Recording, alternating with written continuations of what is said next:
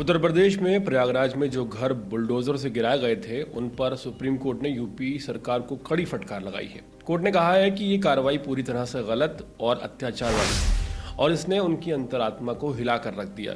Court ने यह कहा कि बिना सही कानूनी प्रक्रिया के घरों को गिराना पूरी तरह से गलत है। सुप्रीम कोर्ट ने यूपी सरकार और प्रयागराज विकास प्राधिकरण को आदेश दिया है कि वो पीड़ितों को मुआवजे के तौर पर हर घर के लिए 10 लाख रुपए दें। कोर्ट ने यह भी कहा है कि इस तरह से बिना समय दिए घरों को गिराना और लोगों को अपील करने का मौका न देना बहुत ज़्यादा गलत है। सुप्रीम कोर्ट ने यह साफ कर दिया है कि हर नागरिक को अपने घर में रहने का अधिकार है और इसे बिना किसी सही प्रक्रिया के उससे नहीं छीना जा सकता। कोर्ट ने यह चेतावनी दी कि अगर ऐसी घटनाएं फिर से हुई तो और सख्त कदम उठाए जा सकते हैं कोर्ट की तरफ से। सुप्रीम कोर्ट ने घरों को अवैध रूप से गिराने के लिए उत्तर प्रदेश सरकार और प्रयागराज विकास निकाय को कड़ी फटकार लगाई है। प्रयागराज में बुलडोजर से घरों को गिराने पर अदालत ने कहा कि यह हमारी अंतरात्मा को झकझोरता है। आश्रय का अधिकार और कानून का उचित प्रक्रिया नाम की कोई चीज होती है। देश में कानून का शासन है और नागरिकों के आवासीय ढांचों को इस तरह से नहीं गिराया जा सकता।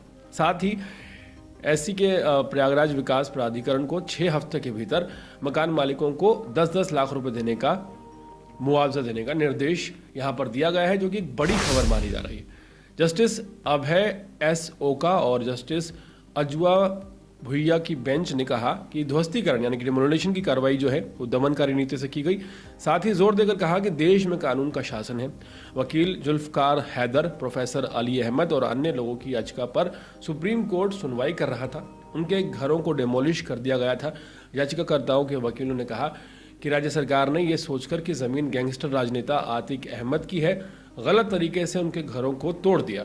आतिक अहमद 2023 में मारा गया था। इससे पहले इलाहाबाद हाई कोर्ट ने घरों को गिराए जाने की कार्रवाई को चुनौती देने वाली याचिका पर एक फैसला सुनाया था और याचिका खारिज कर दी गई थी।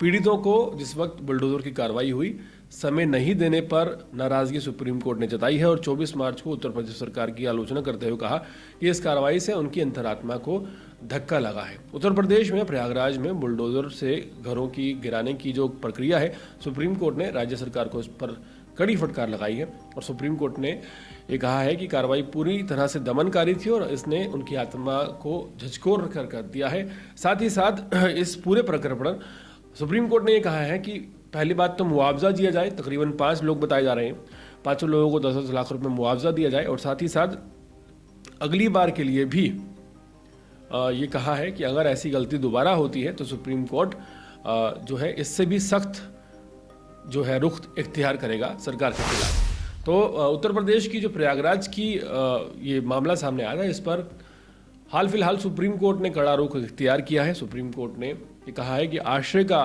यानी कि रहने का जो अधिकार है वो सभी के पास है और ऐसे में ध्वस्तीकरण यानी कि जो डेमोलेशन की प्रक्रिया है वो काफ़ी ज़्यादा दमनकारी लोगों के लिए सामने आई। पूरे मामले को किस तरह से देखते हैं कमेंट सेक्शन में ज़रूर बताएं और इसी तरह के ताज़ा तरीन अपडेट्स उठाने के लिए देखते रहिए अर्पण न्यूज़। बहुत बहुत शुक्रिया।